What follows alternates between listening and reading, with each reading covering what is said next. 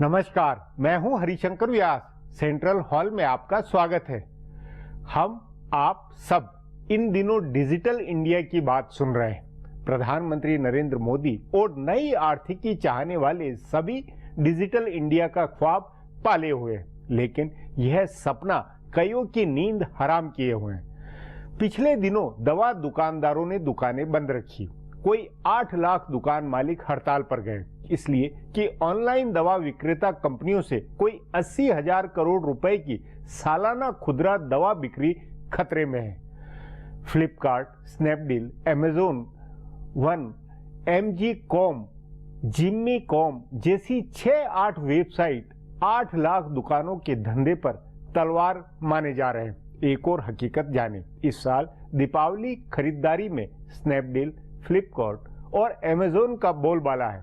बाजार में दुकानदारों की बिक्री मंद है। मतलब 5 साल पहले खुदरा कारोबार में विदेशी कंपनियों के आने की बात से व्यापारियों की जान सूख रही थी। नेताओं और पार्टियों ने हाय तौबा मचा दी थी। आज ई कॉमर्स, ऑनलाइन दुकानें परंपरागत व्यापार का बाजा बजा दे रहे हैं। नई बनाम परंपरागत आर्थिकी कारोबार में ऐसा अंतरिम वक्त आ गया है या आने वाला है जिसमें बेरोजगारी होगी, हड़तालें होगी और समाज व्यवस्था में चौतरफा संकट पैदा होगा।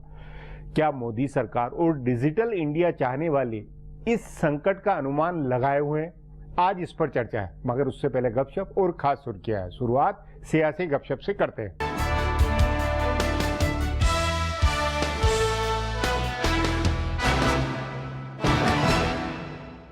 देश में कथित तौर पर बढ़ती असहिष्णुता के खिलाफ चल रहे विरोध प्रदर्शनों और पुरस्कार, सम्मान आदि लौटाने की घटनाओं की असली वजह क्या है? ये लाख टके का सवाल है। जिनके खिलाफ ये प्रदर्शन हो रहा है, यानी भाजपा और राष्ट्रीय स्वयंसेवक संघ को भी अंदाजा नहीं है कि इसका कारण क्या है। तभी उनकी ओर से इसके अलग अलग कारण बताए जा रहे हैं। आरएसएस के मुख्य पत्र 5 जन्य में लिखा गया है कि जब से संघ ने कहा है कि दिल्ली का जवाहरलाल नेहरू विश्वविद्यालय देश विरोधी लोगों का अड्डा है, तब से उसके ऊपर हमले बढ़ गए हैं। हालांकि जेएनयू से जुड़े लोगों ने इसका विरोध किया है, पर संघ को लगता है कि इस विरोध के पीछे जेएनयू की लेफ्ट लिबरल यानी सेक्युलर ब्रिगेड का हाथ है। पर भाजपा के प्रवक्ता संबित पात्रा ऐसा नहीं मानते हैं। उनका कहना है कि असहिष्णुता को लेकर हो रहा विरोध और कांग्रेस का राष्ट्रपति भवन तक का मार्च रॉबर्ट वाड्रा मामले की वजह से है। उनका कहना है कि वाड्रा के खिलाफ जमीन सौदों में गड़बड़ी की जांच चल रही है, इसलिए कांग्रेस बौखलाकर ये कदम उठा रही है। भाजपा में ही अरुण जेटली, वेंकैया नायडू आदि नेताओं की एक टीम ऐसी है जिसका मानना है कि इसका असली मकसद देश में निवेश का माहौल बिगाड़ना है, ताकि नरेंद्र मोदी को फेल किया जा सके। भाजपा के प्रति सहानुभूति रखने वाले कुछ बुद्धिजीवियों का तो ये भी मानना है कि इसके पीछे विदेशी ताकतें हैं, जो भारत को बदनाम करने की साजिश के तहत ये अभियान चला रही हैं।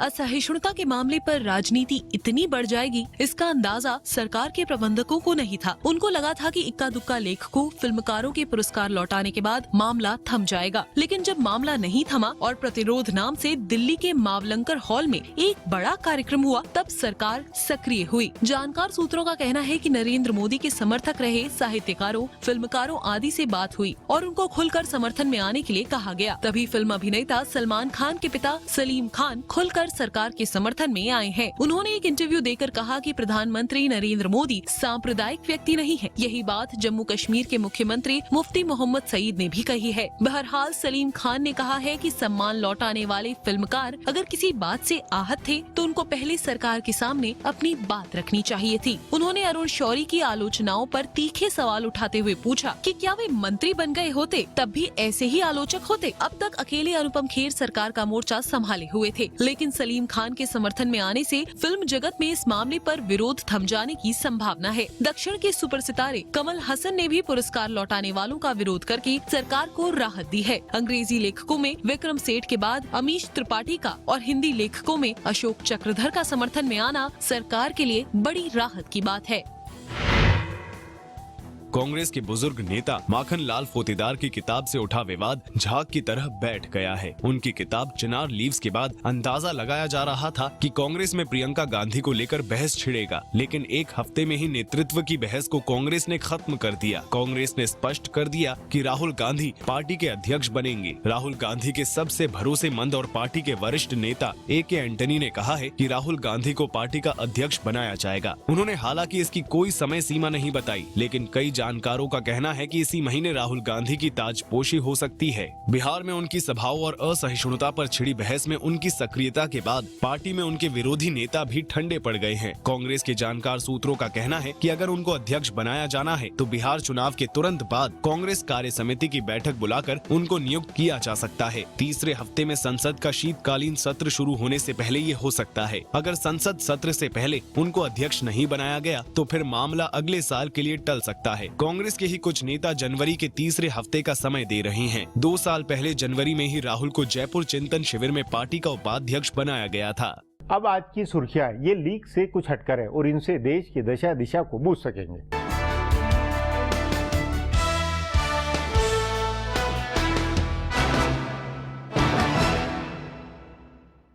फिल्म अभिनेता शाहरुख खान के एक बयान को लेकर शुरू हुआ विवाद शांत नहीं हो रहा है। भाजपा महासचिव कैलाश विजयवर्गीय के बाद अब भाजपा के सांसद योगी आदित्यनाथ ने उन पर हमला किया है। गोरखपुर के सांसद आदित्यनाथ ने शाहरुख की तुलना मुंबई हमले के मास्टरमाइंड हाफिज सईद से की है। उन्होंने ये भी कहा है कि अगर देश का एक बड़ा वर्ग शाहरुख की फिल्में देखना बंद कर दे तो वे सड़क पर आ जाएंगे। इससे पहले कैलाश विजयवर्गीय ने कहा था कि शाहरुख रहते तो हिंदुस्तान में है, लेकिन उनका दिल पाकिस्तान में है। उन्होंने ये भी कहा था कि उनकी फिल्में भारत में करोड़ों रुपए कमाती है, लेकिन उनको भारत असहिष्णु नजर आता है। परंतु आज उन्होंने अपने सारे ट्वीट्स वापस ले लिए और कहा कि उनकी मंशा किसी को ठेस पहुंचाने की नहीं थी। गौरतलब है कि शाहरुख ने 2 दिन पहले अपने 50वें जन्मदिन पर कहा था कि भारत में असहिष्णुता बहुत बढ़ गई है।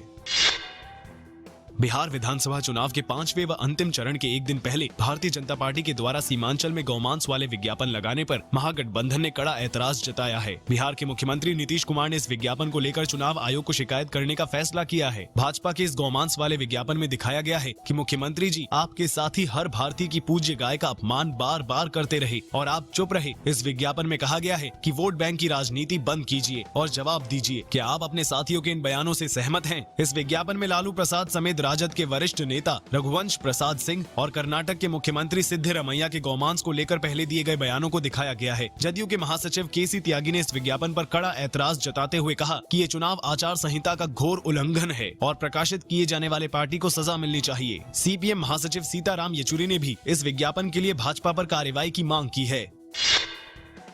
सुप्रीम कोर्ट के दूसरे सबसे वरिष्ठ जज जस्टिस तीरथ सिंह ठाकुर देश के अगले चीफ जस्टिस होंगे। मौजूदा चीफ जस्टिस एचएल दत्तू ने उनको सर्वोच्च न्यायालय का मुख्य न्यायाधीश बनाने की सिफारिश सरकार के पास भेज दी है। चीफ जस्टिस के रूप में जस्टिस ठाकुर का कार्यकाल 1 साल का होगा। वे जनवरी 2017 में रिटायर होंगे। चीफ जस्टिस एचएल दत्तू 2 दिसंबर को रिटायर हो रहे हैं। उससे 1 महीना पहले उन्होंने नए चीफ जस्टिस की सिफारिश भेज दी है। केंद्र सरकार अब ये सिफारिश राष्ट्रपति के पास भेजेगी, जिसके बाद जस्टिस ठाकुर की नियुक्ति होगी। बीसीसीआई में श्रीनिवासन मामले और शारदा चिटफंड घोटाले की निगरानी जस्टिस ठाकुर की बेंच ही कर रही है। दिल्ली के मुख्यमंत्री अरविंद केजरीवाल ने आज कहा है कि ये जरूरी है कि बिहार में भारतीय जनता पार्टी हारे। उन्होंने ट्वीट करके कहा है कि यह महत्वपूर्ण है कि बिहार में भाजपा हारे, ताकि उसे एहसास हो जाए कि नफरत की राजनीति देश में नहीं चल पाएगी। देश के लोग प्यार और शांति चाहते हैं। उन्होंने एक बार फिर नीतीश कुमार को वोट देने की अपील की। नीतीश कुमार के प्रति समर्थन दोहराते हुए केजरीवाल ने ट्वीट करके दिल्ली और बिहार से बाहर दूसरे प्रदेशों में रहने वालों से कहा कि वे अपने दोस्तों रिश्तेदारों को फोन करके कहे कि वे नीतीश जी को फिर से मुख्यमंत्री बनाने के लिए वोट करें। इससे पहले भी एक बार केजरीवाल ने ट्वीट करके कहा था कि बिहार में भाजपा बुरी तरह हार रही है। फिलहाल अब एक ब्रेक है, फिर खुलासा होगा।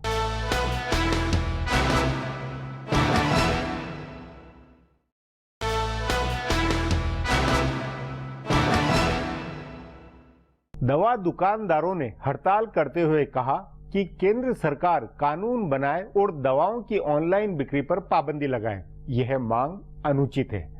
ऐसे पाबंदी लगाना डिजिटल इंडिया, ई व्यापार और आधुनिकीकरण, प्रतिस्पर्धा, सूचना तकनीक सबका गला घोटना होगा।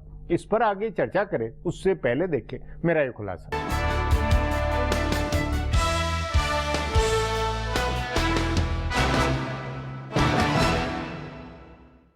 देश में खुदरा कारोबारी बात बात पर संकट में आ जाते हैं। प्रत्यक्ष विदेशी निवेश को लेकर खुदरा कारोबार बरसों से खतरे में है। तभी हर सरकार बार बार वादा करती है कि खुदरा कारोबार में प्रत्यक्ष विदेशी निवेश की मंजूरी नहीं दी जाएगी। बहरहाल खुदरा कारोबार में FDI के मामले को छोड़ दें तो अब यह कारोबार नए संकट में आ गया है। ऑनलाइन कारोबार को लेकर खुदरा व्यापारी चिंता में है। पिछले दिनों दवा की ऑनलाइन बिक्री की मंजूरी को लेकर देश के 8 लाख खुदरा कारोबारियों ने हड़ताल की और सरकार से कहा कि वह मंजूरी रद्द करे। लेकिन सवाल है कि क्या खुदरा कारोबारियों की इस चिंता से सरकार को समय का पहिया पीछे की ओर घुमाना चाहिए? भारत में ई-कॉमर्स तेजी से बढ़ रहा है। भारत के खरीदार की 2 खास आदतें बताई जाती हैं। पहली ये कि वह कीमत के प्रति बहुत संवेदनशील होता है और दूसरी, जब तक उत्पाद को हाथ में लेकर या हाथ से छूकर नहीं परखता तब तक खरीद का फैसला नहीं करता है। यह दूसरा काम ऑनलाइन मार्केटिंग में संभव नहीं है, पर कंपनियों ने आसान रिटर्न की नीति बनाकर उपभोक्ताओं को आकर्षित किया है। कीमत के मामले में Amazon, फ्लिपकार्ट या स्नैपडील ने जितनी छूट दी है उतनी खुले बाजार में संभव नहीं है। सस्ता उत्पाद और इजी रिटर्न की पॉलिसी ने उपभोक्ताओं को ऑनलाइन बाजार की ओर आकर्षित किया है। एक अनुमान के मुताबिक यह साल खत्म होने तक भारत का ऑनलाइन कारोबार $7 अरब यानी 42,000 करोड़ रुपए का हो जाएगा। फिर भी यह भारत के कुल बाजार का बहुत छोटा सा हिस्सा है। भारत का खुदरा बाजार 1,000 अरब डॉलर से ज्यादा का है। हर साल इसमें 14 से 15% की बढ़ोतरी हो रही है और बताया जा रहा है कि 2018 तक यह बाजार 1250 अरब डॉलर का हो जाएगा। जाहिर है 1,000 अरब डॉलर के बाजार में 7 अरब डॉलर का कारोबार बहुत मामूली है। फिर भी खुदरा कारोबारी ऑनलाइन कारोबार करने वाली कंपनियों से घबराए हुए हैं। असल में उनको लग रहा है कि ग्राहकों को जितनी सुविधा और छूट इस माध्यम से मिल रही है वह खुदरा कारोबारी नहीं दे सकते हैं। तभी किताबों की बिक्री से शुरू होकर ऑनलाइन कारोबार अब सब्जियों और दवाओं तक पहुंच गया है। कपड़े से लेकर इलेक्ट्रॉनिक सामान तक हर चीज ऑनलाइन उपलब्ध है और बाजार से कम दाम पर। बड़ी कंपनियां भी अपने उत्पाद अब ऑनलाइन बिक्री करने वाली कंपनियों को दे रही हैं। पिछले दिनों खबर आई थी कि एप्पल ने अपने आईफोन खुदरा कारोबारियों के यहाँ से उठाकर ऑनलाइन मार्केटिंग कंपनियों को बड़े डिस्काउंट पर दे दिए। खुदरा कारोबारियों को इस प्रतिस्पर्धा के लिए तैयार हो जाना चाहिए, क्योंकि सरकार उनको संरक्षण देने के लिए ऑनलाइन कारोबार पर पाबंदी लगाने या उसे नियंत्रित करने के नियम नहीं बनाएगी। वैसे भी सरकार खुद ही डिजिटल इंडिया के सपने को प्रचारित करने में लगी है। ऐसे में वह डिजिटल क्रांति को कैसे रोक सकती है? इसलिए भारत में बाजार के आकार को देखते हुए खुदरा कारोबारियों को ऑनलाइन कंपनियों से घबराने के बजाय उनके साथ तालमेल बनाने और उनके नेटवर्क से जुड़ने की संभावना तलाशनी चाहिए। इससे दोनों का कारोबार बढ़ेगा और उपभोक्ताओं की सुविधाएं बढ़ेंगी। अब एक ब्रेक है, उसके बाद ऑनलाइन कारोबार से पैदा खतरे पर चर्चा करेंगे।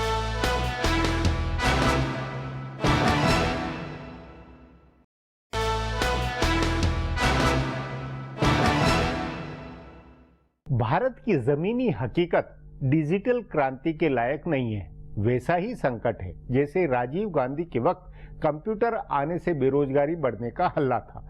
लोगों का जीना, कारोबार और रोजगार में बहुत भारी परिवर्तन आने हैं। क्या इस सब को समझते हुए कोई तैयारी है? इस पर चर्चा के लिए आज मेरे साथ वरिष्ठ पत्रकार जयशंकर गुप्ता हैं।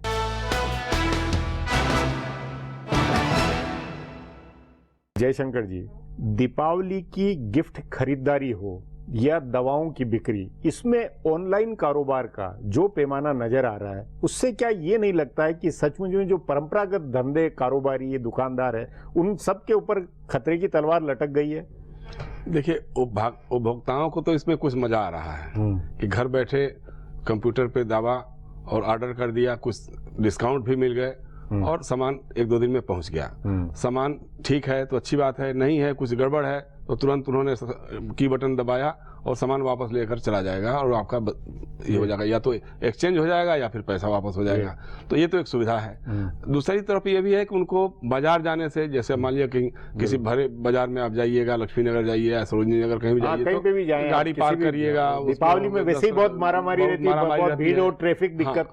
तो अभी तक मिठाइयाँ तो नहीं आ रही है ऑनलाइन, लेकिन हो सकता है कि अब वो भी आ जाएगी। अगला स्टेप वही होगा कि आप मिठाई का भी ऑर्डर ऑनलाइन बटन से आ जाएगा, ऑर्डर हो जाएगा। तो एक पक्ष तो इसका ये है। दूसरा पक्ष ये है कि अब जैसे दुकानदार हैं, छोटे मोटे खासतौर से खुदरा दुकानदार हैं, तो उनकी दुकानदारी प्रभावित होगी। नहीं तो वही है कि और 80,000 करोड़ का बिजनेस जो है दवा की दुकानों से, छोटा छोटा जो खुदरा में था, वो 5-6 ऑनलाइन कंपनियां अगर प्रभावित करे और खींचे और हड़ताल पे चले जाए, पहली बार दवा वाले हड़ताल पे जाए आपका अधिकार है। हाँ। लेकिन सवाल है कि इस पर तो आपको भी विचार करना पड़ेगा कि अगर मेडिकल स्टोर से जो हम दवा ले रहे हैं, हाँ। और एमआरपी पर देने पर भी केमिस्ट हमारे ऊपर एहसान जताता है, हाँ। कि जो एमआरपी लिखा हुआ है उतना हम दे रहे हैं तो भी एहसान है। हाँ। लेकिन वही दवा, वही सामान अगर हम की बटन दवा करके फ्लिपकार्ट या मिंत्रा या किसी और से मंगाते हैं, हाँ। तो फिर बाकायदे डिस्काउंट के साथ मिल जाता है। इसलिए कि ये जो हड़ताल के कारण फिर हमें इस पर बहस करना चाहिए, सरकार को इस तरह की पाबंदी, कुछ एक्शन होना चाहिए या नहीं होना चाहिए, ये वक्त के तकाजे में नहीं होना चाहिए। इनको खुद विचार करना होगा कि आपकी दुकानदारी अगर चौपट होने जा रही है तो क्यों चौपट होने जा रही है। हाँ। भाई आप अगर छूट दे रही नहीं रहे हैं, अच्छा उनको है कि जो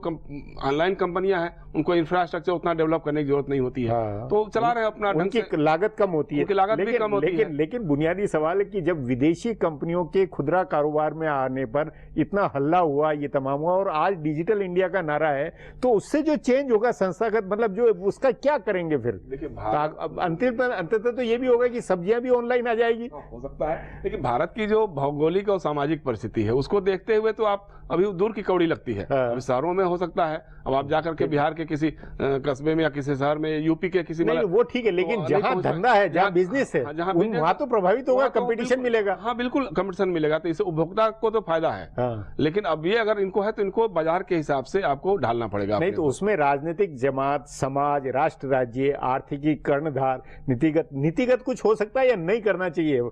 नहीं, नीतिगत इसमें मतलब आप कंट्रोल तो नहीं कर सकते हैं, क्योंकि आप खुद ही जब इकोनॉमी को खोल रहे हैं, आप उदारीकरण के रास्ते पे जा रहे हैं, के साथ चलना तो पड़ेगा ना। हाँ। तो उसमें आप क्या करेंगे? अगर एफडीआई मंगा रहे हैं तो एफडीआई किस बात के लिए मंगा रहे हैं? एफडीआई तो जाहिर बात समुद्र में डुबोने के लिए तो पैसा नहीं लगाएगा कोई विदेशी, वो कहीं ना कहीं मुनाफा कमाएगा। सबको लग रहा है कि भारत इस समय एक बड़ा बाजार के रूप में विकसित, और वो बाजार इस तरह नए तरीकों से क्या बाजार बनेगा? आप कल्पना कीजिए, देखिए जिस तरह से टैक्सी सर्विसेज है, अब उबेर है, ओला है, आप किसी टैक्सी स्टैंड पे उतना डिपेंड नहीं कर सकते हैं कि हमने ऑर्डर किया है तो टाइम पे हम अगर कहा तो मतलब 5 मिनट में गाड़ी आपके दरवाजे पे हाजिर है, और रेट उसका पैसा जरा सा भी इधर उधर नहीं। उस नाते ये सब जो कुछ हो रहा है वो व्यवस्था पारदर्शी हो रही है, ये हो रही है, लेकिन इसमें डर एक ही है कि जब मोनोपोली हो जाएगा उस समय ये क्या करेंगे। तो वो मोनोपोली नहीं होने देनी चाहिए, ये बुनियादी सवाल है, नहीं बनने देनी। हर समय बाजार में प्रतिस्पर्धा बनी रहनी चाहिए, कंपटीशन बना रहना चाहिए, तभी चलेगा। नहीं तो उस नाते दुकानदारों को भी, जैसे दवा दुकानदार है तो उनको भी प्रतिस्पर्धा मिली है, कि बाकी तो दुकानों से नकली दवाई का भी संकट था, बहुत भारी भयावह था, वो भी वो सब कंपटीशन में अब सुधरेंगे। हाँ सुधरेंगे, उनको सोचना पड़ेगा कि भाई एमआरपी जब हम देते थे तो हम एहसान करते थे, अब देखिए अब बहुत सारे आप जाइएगा केमिस्ट 10% की छूट ऐसे दे देते हैं। अब दवाएं ले रहे हैं तो 10% ऑफर करते हैं, भाई 10% हम छूट दे देते हैं। तो ये चेंज आया, ये चेंज आया है, तो ये चेंज एक तरह से अच्छे के लिए, स्वागत के लिए। उपभोक्ता की तो चांदी है, उपभोक्ता तो उसमें कोई घर में बैठा हुआ है, कुल मिलाकर हर जनता, हर व्यक्ति उपभोक्ता चाहता है। हाँ ठीक है, आज हम किसी से कुछ खरीद रहे हैं, किसी को बेच रहे हैं तो भी किसी से खरीद रहे हैं, तो वो तो है ही है। दूसरी तरफ जो कंजेशन हो रहा है ना बाजारों का, जो गाड़ियों की पार्किंग की समस्या हो रही है या जो भीड़ बढ़ रही है, तो उसमें कमी ला सकता है। लेकिन वही है कि बाजार को रास्ता तो बनाना पड़ेगा, बाजार टूटेगा नहीं, बाजार कभी मिटेगा नहीं। लेकिन जब राजीव गांधी के समय भी कंप्यूटर के आने के साथ में जो बेरोजगारी के खतरे का एक हुआ था, तो ये नई आर्थिकी, मतलब एक परंपरागत और नई आर्थिकी के बीच का जो ये ट्रांजिशनल फेज है, इसको डिजिटल इंडिया के प्लानिंग में के दौरान में कैसे सोचा जाए, कैसे डिजिटल इंडिया का इससे थोड़ा सा ऑनलाइन बिजनेस से थोड़ा सा लगे, वो उसके और भी फॉर्मेट, वो भी सब जगह ई गवर्नेंस हो, उसमें भी जिस तरह से आप 4.5 लाख रुपए लगाने की बात कर रहे हैं, एक देश का जो हमारा बजट है उसका 1/4 से उसी पर अधिक चला जाएगा, तो अच्छी बात है, उसमें कोई दरार नहीं। लेकिन उसके लिए आपको पहले देश में जो आधारभूत सुविधाएं हैं, बुनियादी ढांचा है, सड़क है, बिजली है, पानी है, दवा है, स्कूल है, शिक्षा है, इन सारी व्यवस्थाओं को अभी भी आप देखिए ना, हमारे देश में जो साक्षर को माना जाता है ना, जो अक्षर को पहचान ले, तो वो 74% है, यानी कि अभी भी हमारे पास 26% लोग इलिटरेट, वो भी नहीं है। तो इसमें 74% में कितने लोग कंप्यूटर लिटरेट हो सकते हैं, ये बहुत वो तो खैर बहुत है। तो इसलिए अभी उस पर जितना हो सकता है ठीक है, स्वागत के लेकिन योग्य है। अगर इस तरह के आंदोलन हो, हड़ताल हो, ये हो, तो समाज को और देश को या नीति निर्धारकों को इस पे ज्यादा विचार करने की या नए पाबंदियां लाने की ब्यूरोक्रेसी, हमको क्या हासिल होने वाला? ठीक है, उनका ये कहना है कि नहीं, प्राइवेट इस तरह ऑनलाइन बिक्री का अधिकार नहीं होना चाहिए। क्यों नहीं होना चाहिए? वो उपभोक्ता पूछेगा ना कि अगर हमको जिस सामान पे 30% 40% छूट मिल रही है और सामान वही मिल रहा है जो लाला जी आप दे रहे हैं, तो हम फिर उससे क्यों नहीं लेंगे? आपसे हम क्यों लेंगे? आपसे हमारी कोई रिश्तेदारी तो है नहीं।